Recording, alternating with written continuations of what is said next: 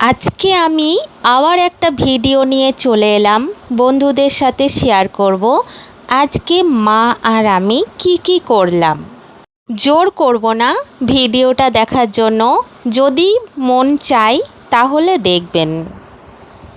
আমি মনে করি যদি কোনো ব্যক্তির ভালোবাসা পেতে হয় তাহলে নিজেকে আগে ভালো হতে হয়। জানি না আমি কতটা ভালো, সবাই যদি ভালো বলে তাহলে আমি ভালো, কেউ যদি আমাকে খারাপ বলে আমি খারাপ হব না।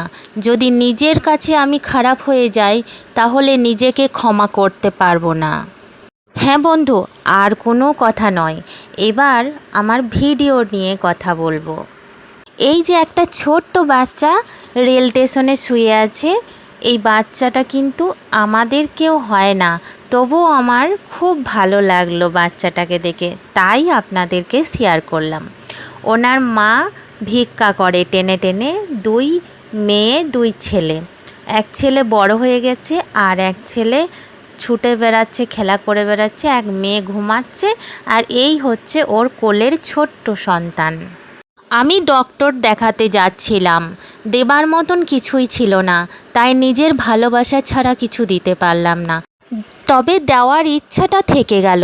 কোনো দিন যদি আবার দেখা হয়, সেদিন যদি আমার কাছে কিছু থাকে তাহলে আমি ওদেরকে কিছু দেবো, এটা আমার মনে মনে খুব ইচ্ছা। তবে ওরা ওখানেই থাকে। যেখানে আমি ডক্টর দেখাচ্ছিলাম তার পাশেই একটা কালীমাতা মন্দির ছিল। ঘন্টার আওয়াজ পেয়ে মনটা যেন কেমন হলো, মনে হলো মায়ের মুখটা একবার দেখেই আসি। মাকে বললাম, মা চলো মায়ের মুখটা দেখে আসি। মায়ের মুখটা দেখে মনটা শান্তিই ভরে গেল। তাই মায়ের মুখটা আপনাদেরকেও দর্শন দিলাম। পারলে একবার আমার মায়ের জন্য জোড়হাত করে আপনার মনের আশা চেয়ে নিতে পারেন। আর দেরি নয়, ট্রেন চলে এসেছে। এবার আমরা সরাসরি ট্রেনের ওপরে রয়েছি, নিচেতেই বসেছি, সিট পাইনি, তবে অসুবিধা সেরকম কিছু হয়নি। মা মেয়েতে নিচেতে বসেই বোলপুরে চলে এলাম।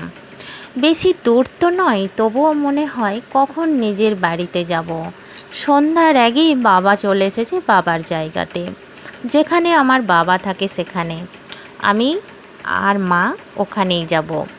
তো এখানেই হচ্ছে বোলপুর স্টেশন। এইদিকে আমি আসার পর বাবার ওখানে রান্না বান্না করে আমরা খাওয়া দাওয়া করে বাড়ি আসব। তো আমার বাবা যতক্ষণ না আসবো ততক্ষণ চিন্তা করবে আর ফোন করবে। তো তারপর বাড়ি এসে বাবাকে জানালাম, বাবা বাড়ি চলে এসেছি, বলে বাবার মনটা একটু শান্তি হলো।